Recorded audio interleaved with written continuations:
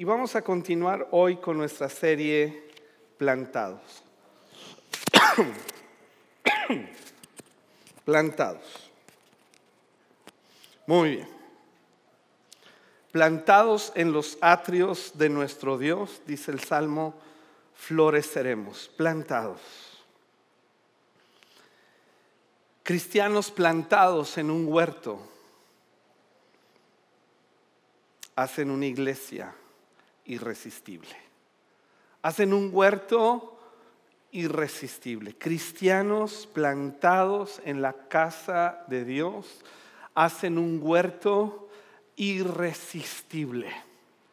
Yo recuerdo cuando estaba pequeño, pero ya aún más grande, iba a la casa de mi abuelo paterno, Raúl Ortiz. Y él tenía un huerto, y no era cualquier huerto, era un huerto considerable, un tamaño muy considerable. Y en el centro tenía un nogal, pero no únicamente tenía árboles o plantas para adornar, tenía árboles frutales también. Y él hacía mermeladas, por ejemplo, del nogal, pues hacía pay de nuez. Y era muy bueno mi abuelo para cocinar. Hacía mermelada de chabacano.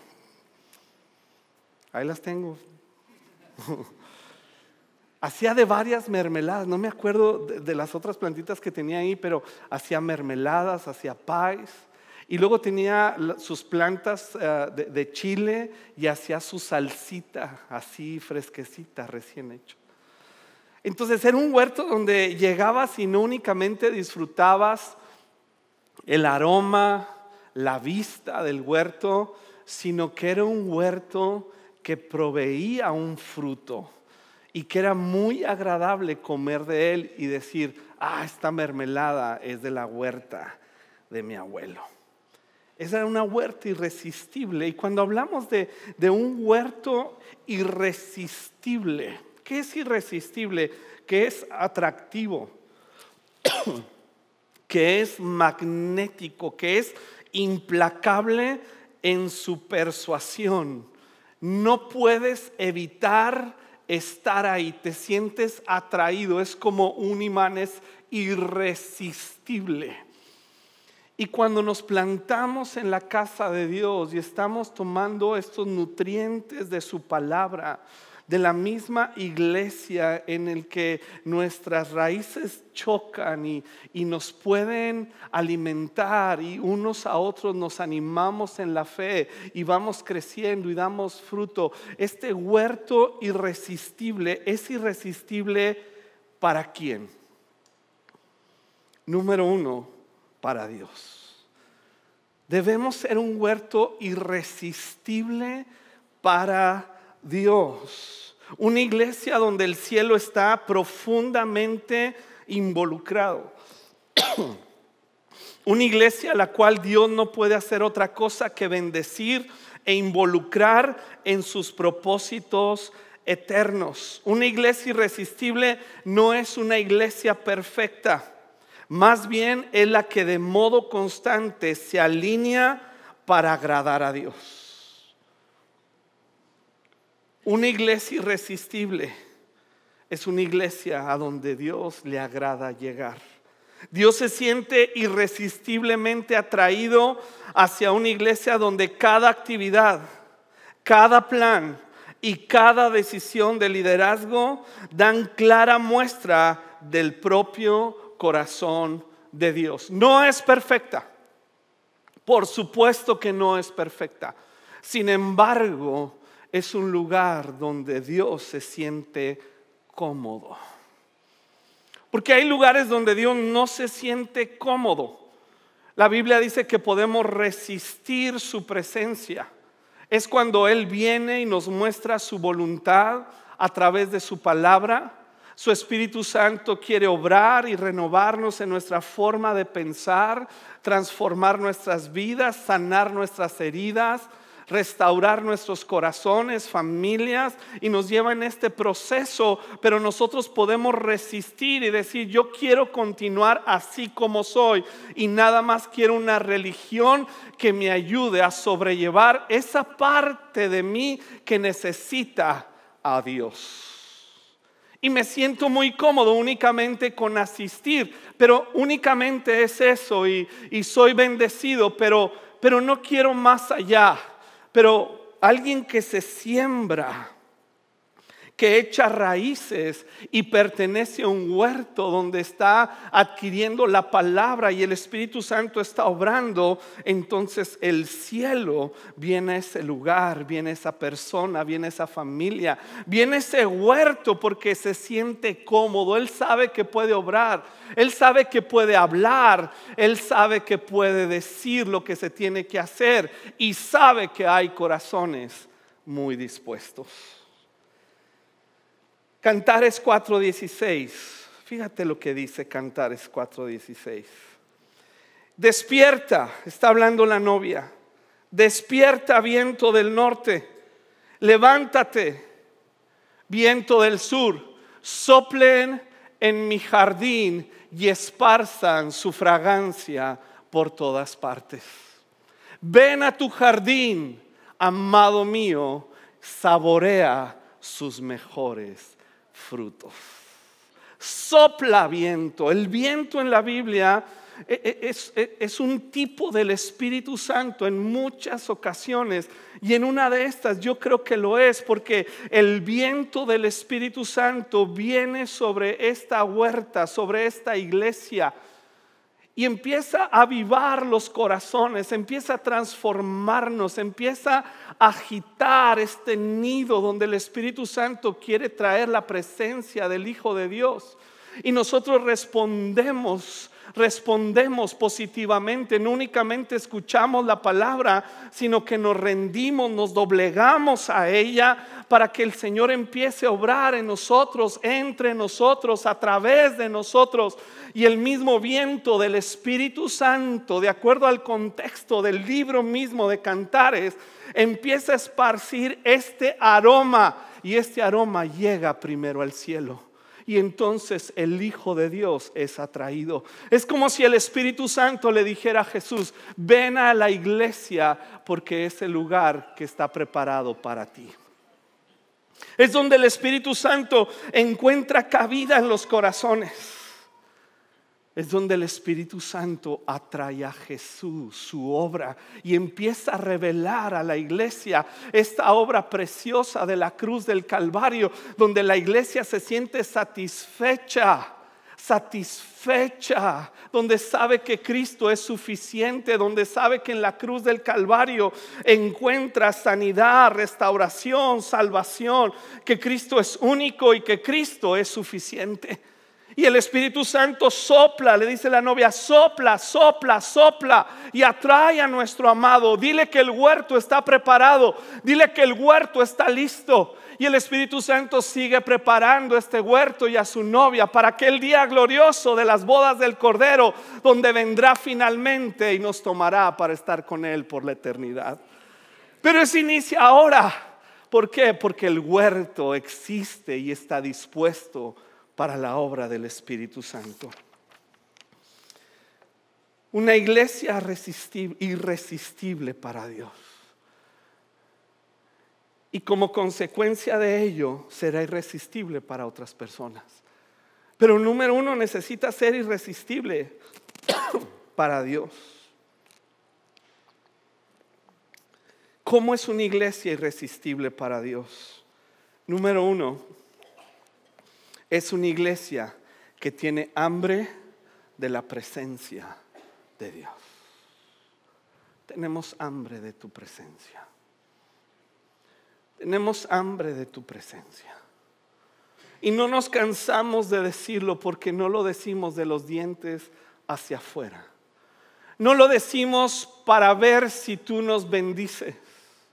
Ya somos bendecidos con toda bendición espiritual en los lugares celestiales en Cristo Jesús. Ya soy bendecido porque me pude levantar esta mañana y respirar y comer y vestirme. y venir a la iglesia. Ya el milagro de la vida y de la salvación está siendo experimentado dentro de mí. No vine a eso, eso ya lo tengo, y esa es una consecuencia natural de esta hambre que el Espíritu Santo ha puesto en mi corazón por tu presencia. Vengo por ti y no por menos de ti. Vengo únicamente por ti y soy para ti. Es cuando la iglesia tiene una mayor percepción de su presencia. Y esta percepción de su presencia, esta conciencia de que Él está con nosotros, nos va transformando. Es cuando no encontramos satisfacción en un canto, en una liturgia, ni siquiera en una simple oración. Encontramos únicamente contentamiento en que tú vengas y te manifiestes entre nosotros. Te queremos a ti únicamente porque solamente en ti encontramos palabras de vida eterna. No es lo mecánico de una oración, aunque debemos orar. No es lo mecánico de una alabanza, aunque debemos alabar y con música como hablan los salmos. Es que si todo eso sucede y tú no estás aquí, en vano trabajamos para este huerto. Queremos que tú estés aquí. ¿Nos recuerdan las palabras de Pedro cuando las cosas se pusieron difíciles y algunos dejaron de seguir a Jesús? Y Pedro le dice a Jesús: ¿a quién iremos? Tú tienes palabras de vida eterna. Y nosotros hemos creído y conocido que tú eres el Cristo, el Hijo del Dios viviente. Estamos conscientes de tu presencia y queremos tu palabra, porque tu palabra va más allá de letras. Va más allá de letras. Tu palabra eres tú eres la palabra de vida, tú eres el Verbo hecho carne que habitó entre nosotros, y muchos vieron tu gloria, la gloria del único Hijo de Dios. Y yo he venido hoy y vivo mañana y pasado y miércoles y jueves y viernes para ver tu gloria. Y cuando el Espíritu Santo agita nuestros corazones de esa manera, que se sienten atraídos profundamente por la persona de Jesús, entonces Jesús desciende al huerto. Y cuando desciende Él al huerto, las cosas empiezan a cambiar en el huerto. Empieza a haber fruto, empieza a haber salvación, restauración de familias. Y el éxito del huerto y de la iglesia no se mide en los números que tenemos, se mide en la pasión que existe en la iglesia, porque ha sido revelado el Hijo de Dios a sus corazones. Es cuando vemos corazones consagrados, es cuando vemos corazones sirviendo al Rey. Así que una iglesia irresistible para Dios es una iglesia que tiene hambre de la presencia de Dios. Número 2, es una iglesia que recuerda su identidad. Somos iglesia. Cantamos hace unos minutos, ¿verdad? Somos iglesia, somos nación. Nuestra bandera, ¿qué es? Es la resurrección de Cristo. Es la tumba vacía, se levantó de entre los muertos, vive glorioso. Tenemos identidad, somos una nación y somos extranjeros y peregrinos en este lugar. Estamos por un corto tiempo, 70, 80, 90, 100 años, lo que Dios nos permita, pero tenemos una identidad clara de quiénes somos y por qué estamos plantados en un huerto, y el huerto para qué fue hecho. Y para recordar esto, quisiera leer Isaías 61. Isaías 61, que nos da una clara visión de lo que significa la iglesia. El Espíritu del Señor, el Espíritu del Señor soberano está sobre mí. Esta frase es única y es suficiente. Es profética, se está extendiendo el profeta Isaías muchos años antes de que esto pudiera suceder, porque en el Antiguo Testamento el Espíritu Santo no podía estar dentro de cada creyente. Abraham no tenía la posibilidad de tener el Espíritu Santo dentro de él y morando permanentemente en él. Sansón tampoco, David tampoco. El Espíritu Santo venía sobre él, sobre ellos, pero no podía permanecer dentro de ellos porque aún la obra de redención no había sido consumada en la cruz del Calvario por Jesús. Sí creyeron y su fe les fue contada por justicia, pero necesitaban este acto físico de la cruz de Jesús derramando su sangre preciosa para ser llenos de la plenitud del Espíritu Santo. Y hoy como huerto, hoy como iglesia, tenemos esta plenitud del Espíritu Santo. No decimos únicamente el Espíritu del Señor está sobre mí. El Espíritu del Señor está dentro de mí. Y fuimos sellados con el Espíritu Santo en el día en que creímos. Así que el Espíritu Santo, el que levantó a Cristo de entre los muertos, está morando en nosotros, entre nosotros. Y dice, porque el Señor me ha ungido para llevar ¿buenas qué? Buenas noticias.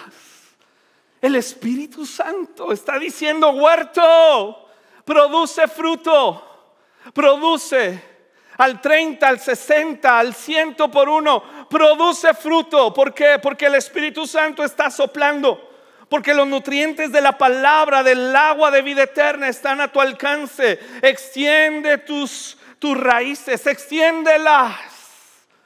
Como dice Isaías antes de estos versículos, extiende tus estacas, no seas escasa.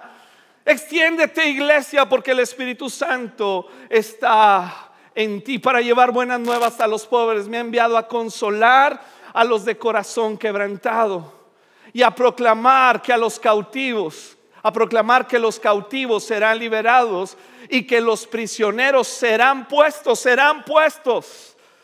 Está hablando Isaías en tiempo futuro, y el cumplimiento ¿cuándo es? Hoy proclamamos cautivos, son libres. Son libres aquellos que vienen al huerto y dicen, no puedo ser libre de esta adicción, no puedo ser libre de esta depresión, no puedo ser libre de esta angustia, de este miedo, no puedo ser libre. Cautivo, come del fruto, ven al huerto, porque la libertad ha sido provista en Cristo Jesús. Sí, prisioneros, hay libertad. Esta es la esencia de la iglesia. Verso 2. Él me ha enviado para anunciar a los que se lamentan que ha llegado el tiempo del favor del Señor, junto con el día de la ira de Dios contra sus enemigos. Este enemigo, el diablo y sus demonios han sido derrotados en la cruz del Calvario, y hoy nos mantenemos firmes contra las acechanzas del enemigo. Pero hoy el día del favor del Señor ha llegado. Verso 3. A todos los que se lamentan en Israel les dará una corona de belleza. Wow. En lugar de ceniza. Ceniza nos habla de destrucción. El fuego arrasó mi hogar. El fuego arrasó mis finanzas. El fuego arrasó mi salud. El fuego sigue arrasando. Pero el huerto dice, no, en el huerto no hay cenizas. En el huerto, ¿qué hay? Una corona de belleza.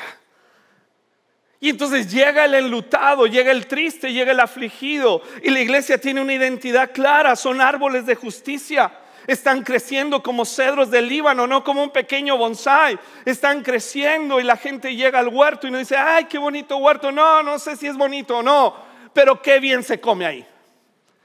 Hay manzana, hay fruto, hay hojas que nos dan sombra, hay vida, hay esperanza, hay sanidad, hay restauración.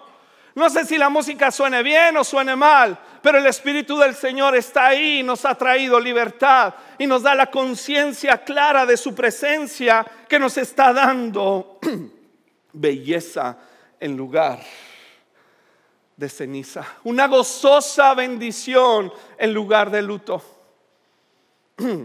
Una gozosa bendición en lugar de luto. Wow. una festiva alabanza. Está pegando como por aquí un aire. No sé si lo pueden apagar, por favor. Una festiva alabanza en lugar de desesperación. Esa es nuestra identidad, iglesia. Vienes desesperado hoy. Vienes desesperado hoy porque no hayas que hacer. Come en el huerto. Come en el huerto. Come, sáciate, porque por eso te ha traído Dios a ti, aquí, el día de hoy. Pero luego salimos y seguimos siendo el huerto. Y tenemos una identidad clara. Y fíjate lo que dice versículo 4. Ellos, estos árboles, en su justicia serán como grandes robles que el Señor ha plantado para su propia gloria. Reconstruirán las ruinas antiguas, reparando ciudades destruidas hace mucho tiempo. Las resucitarán, aunque hayan estado desiertas por muchas generaciones. Esta es la identidad del huerto, de estos árboles frondosos que estás en medio, el huerto de destrucción, donde no hay vida, donde no hay esperanza, donde hijos no están conectados con padres ni padres con hijos, donde cada quien busca su propio beneficio de manera egoísta. Pero el huerto, que tiene una identidad clara, está para dar testimonio y decir: vamos a restaurar los escombros de esta generación. Vamos a restaurar, aunque haya estado desierto por muchas generaciones, aunque digamos es que así se ha hecho por siempre, pero no será más así. ¿Por qué? Porque hay un huerto. Hay un huerto que está plantado en medio de la destrucción, en medio de la ceniza, en medio del luto, que cuando llegan los hambrientos, los sedientos, los enlutados a ese huerto, pueden recibir gloria, corona, alimento. Esa es la identidad del huerto. Wow.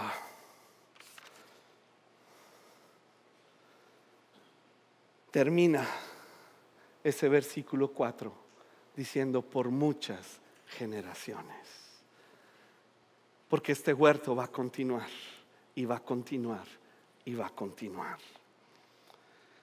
Así que una iglesia irresistible para Dios es una iglesia que tiene hambre de su presencia. Es una iglesia que recuerda su identidad. Y número 3, es una iglesia que vive primero con el corazón. ¿A qué se refiere? Vive primero con el corazón. Una iglesia apasionada. Una iglesia apasionada. No confundas pasión con entusiasmo. Podemos tener entusiasmo, yo estoy hablando de pasión. ¿Verdad que pronto recordaremos la pasión de Cristo? ¿A qué nos referimos con la pasión de Cristo? A la cruz del Calvario. Cómo abrazó la cruz en medio de ese sufrimiento, de esa angustia que lo hacían sudar como grandes gotas de sangre. Era su pasión. Era la pasión de hacer la obra que el Padre le había mandado hacer. Era la pasión de glorificar al Padre. Era la pasión de llevarnos a la eternidad. Era su pasión. El huerto, la iglesia, tiene una pasión desbordada por Dios, por lo que le ha llamado a hacer. Somos apasionados por lo que hacemos. Me ha tocado estar en los ambientes de instituto bíblico y de grupos de jóvenes, y a veces los papás llegan preocupados y me dicen: no sé si Dios está llamando a mi hijo porque lo veo muy apasionado. Pues déjalo. Quiere decir que sí, porque si llega todo no, pues yo no quiero. Yo no entiendo esa gente que dice: es que yo no quería, pero Dios me empujó. Por favor, como que somos las víctimas. Pero yo veo mucha pasión en Jesús. Incluso la Escritura dice que por el gozo puesto delante de Él sufrió la cruz. Porque la pasión, ¿sabes qué te hace ser apasionado? La pasión despierta creatividad. La pasión despierta generosidad. La pasión despierta disciplina y constancia. Alguien apasionado por su trabajo es muy obvio. El fruto es que prospera, pero es muy obvio que le apasiona lo que hace. Es muy obvio. Es el primero en llegar. Sí, puedes llegar cansado, puedes llegar así como que con problemas, pero te apasiona lo que haces. Te apasiona tu negocio, te apasiona tu profesión. Qué increíble cuando te encuentras un doctor apasionado por su pasión, por su profesión. Apasionado. Me encanta. Conozco al doctor Aguirre, es un hombre apasionado por su profesión. En Juárez teníamos un pediatra que yo le decía Sangarza, era de acá de Monterrey, pero vivía en Juárez. Recibió la revelación de la Tierra Santa y se fue para allá. No, es que estábamos bien amolados y fue a ayudarnos. Pero un hombre apasionado, tan apasionado que si estuviera él sentado ahorita y me oye así, terminando me dice: aquí está la receta y te la tomas. Tan apasionado que llevaba yo a mis hijos y con oírlos respirar, decía: ay, traen esto. Le hablaba por teléfono y me decía: a ver, acerca el teléfono. Y sabía.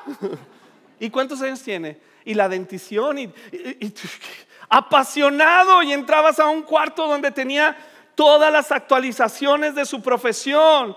Porque la pasión va más allá del entusiasmo. Sí, incluye el grito y qué padre y todo. No. La pasión te genera compromiso. La pasión te genera creatividad, disciplina. En el huerto, la pasión que nos hace ser personas de más oración. ¿Por qué? Porque estamos apasionados, porque queremos ver una ciudad transformada y los escombros de muchas generaciones que ya no sean escombros. Ya no queremos más generaciones de jóvenes que se quiten la vida, de jóvenes que les falta identidad, de matrimonios que se están yendo al caño. Ya no lo queremos. Entonces esa pasión trasciende las cuatro paredes, trasciende una reunión dominical, trasciende una alabanza. Y se compromete a la oración, al ayuno, al estudio de la palabra, a la transformación viva para hacer un ambiente real de la presencia de Dios en nuestros hogares. Gracias por ese sí.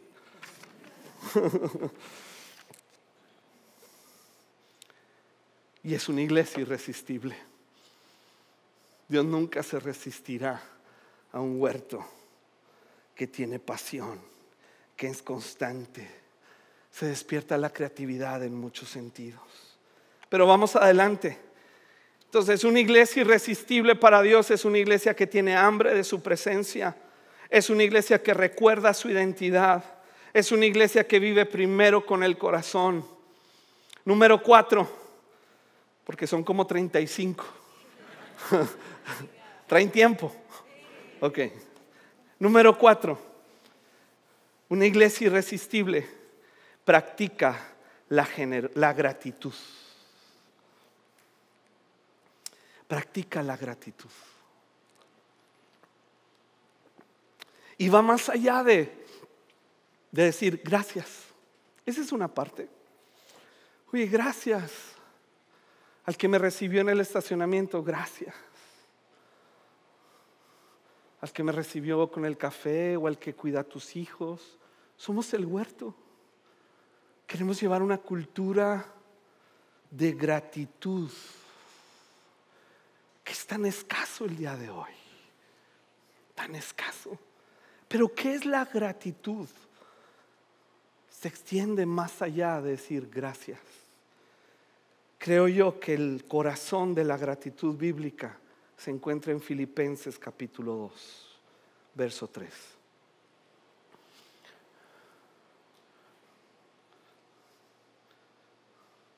Así empieza el 3. ¿No lo cambiaron? No. ¿Están seguros? ¿No es otra Biblia?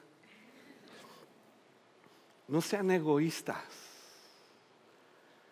Yo he pensado que lo contrario a la gratitud no es la ingratitud, es el egoísmo. Porque la gratitud, como vamos a ver en estos versículos, de acuerdo al ejemplo de Cristo, la gratitud da a los demás. No traten de impresionar a nadie. ¿Por qué dice no sean egoístas y no traten de impresionar a nadie? Porque el egoísmo es lo contrario, creo yo, a la gratitud. Porque se centra en sí mismo, en sus deseos, en lo que él mismo puede proveer. Y entonces pierde de vista que vive en un huerto donde necesita de otros. No traten de impresionar a nadie, sean humildes, es decir, consideren a los demás como mejores que ustedes. Ahí nace la gratitud. Tú eres mejor que yo, no de los dientes para afuera. Hay una real convicción cuando el Espíritu Santo está obrando entre nosotros, donde yo reconozco que tú eres mejor que yo. No estoy minimizándome a mí, ni estoy diciendo que yo sea una cucaracha. Tenemos diferentes funciones, dones y talentos. Nuestro fruto en una huerta es diferente al del otro lado que está hoy acompañándome. No nos comparamos, pero nos necesitamos. Y cuando nos agradecemos, entonces consideramos a los demás mejores que nosotros. Verso 4. No se ocupen de sus propios intereses, sino también procuren interesarse en los demás. Entonces la gratitud está diciendo, como yo te considero mayor que a mí mismo, en la honra que Dios te ha dado como hijo y siendo parte de este huerto, ¿qué puedo hacer yo por ti? ¿Qué puedo hacer yo por ti? Ya no es que tú haces por mí. El egoísmo contrario a la gratitud es, ¿qué pueden hacer otros por mí? Lo que yo necesito, lo que a mí me bendice, lo que a mí me gusta. Pero en el huerto que atrae la presencia de Dios es, ¿qué hago yo por los demás? ¿Qué hago yo por el débil, por el que no tiene la capacidad de presentarse ante Dios? Es ser pacientes, misericordiosos, dar fruto donde los demás prueban y son atraídos sí a una vida de consagración y santidad, pero porque están probando el fruto, porque están siendo consolados y edificados. Practicar la gratitud es poner nuestra vida por los demás. Y finalmente, número 5. No son 30 y tantos. Relájense, son 5. Una iglesia irresistible para Dios promueve relaciones saludables. Este es irresistible para Dios. Irresistible para Dios. Cuando hay relaciones saludables entre nosotros. Hechos 2:46 nos dice que la iglesia adoraban en el templo, pero se reunían en casas y compartían sus comidas con gran gozo y generosidad. Relaciones saludables, no de dependencia, no de club privado, por género o por condición social. Es que estamos abiertos en el huerto a conocer a otros y tener relaciones saludables. La iglesia en el libro de los Hechos, si algo nos enseña, es esta capacidad de relaciones saludables. Obviamente empezaron los problemas. Esto no les duró mucho. En el capítulo 6 vemos que inicia la murmuración. ¿Por qué? Pues porque en estas comidas y en el reparto de alimentos, algunos empezaron a decir: es que se les atiende mejor a las viudas de los hebreos que a las viudas de los griegos. Entonces la iglesia, con un corazón sensible ante esta necesidad, nombra 7 personas de buen testimonio, llenos del Espíritu Santo, que pertenecían a la iglesia. Los nombra y dice: ustedes se van a ocupar de que esto se solucione. Porque el Espíritu Santo sopla, atrae a Cristo a un lugar donde hay relaciones saludables, donde no competimos para ver quién es el árbol que da más fruto, cuál es el árbol más vistoso. No es que yo sea un gran nogal y tú eres una plantita de chile jalapeño.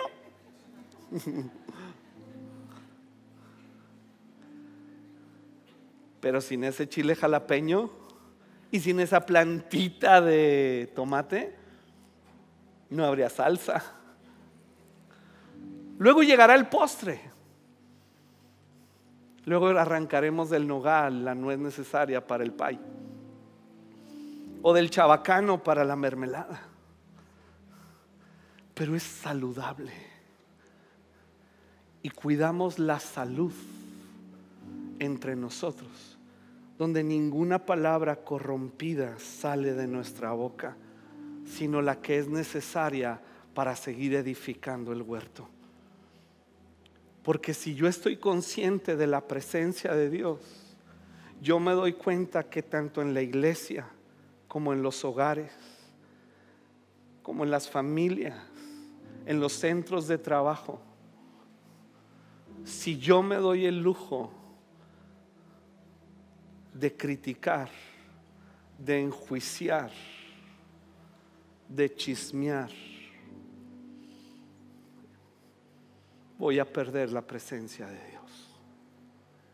Él me va a orillar al arrepentimiento, pero Él no va a estar cómodo ahí.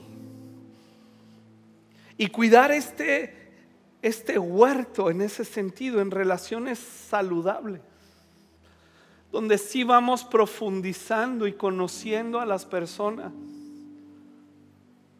comprendiendo su condición, sabiendo en la etapa en la que se encuentra. A lo mejor es nogal, pero está en etapa de semilla y va a crecer fuerte. Entonces mi gratitud a Dios y a la iglesia es que le voy a ayudar a crecer sano, porque lo que nos interesa es que la presencia de Dios esté con nosotros.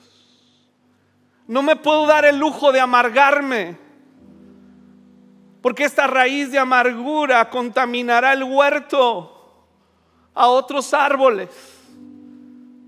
Entonces viene esta conciencia del Espíritu Santo a los creyentes que están sembrados en un huerto para decir: tenemos que cuidar el huerto. Debe ser un huerto irresistible para Dios, porque tenemos hambre de su presencia, porque recordamos nuestra identidad, porque vivimos con pasión, porque practicamos la gratitud y promovemos relaciones sanas entre nosotros. Y si hay algo que tratar entre nosotros, como en la familia, en cualquier otro lugar, hablamos con honor, con respeto, con gracia, con sabiduría. Esperamos el tiempo propicio y vemos todo a la luz de lo que Dios está obrando en nosotros. Estos huertos empiezan a crecer, empiezan a dar más fruto y más fruto y más fruto, empiezan a extenderse. Sus semillas empiezan a caer en otros lugares y empiezan a crecer otras huertas. A lo mejor no pertenecemos a esas huertas, pero bendecimos otras huertas. Y somos bendecidos, somos podados, seguimos arraigados y estamos constantemente siendo renovados.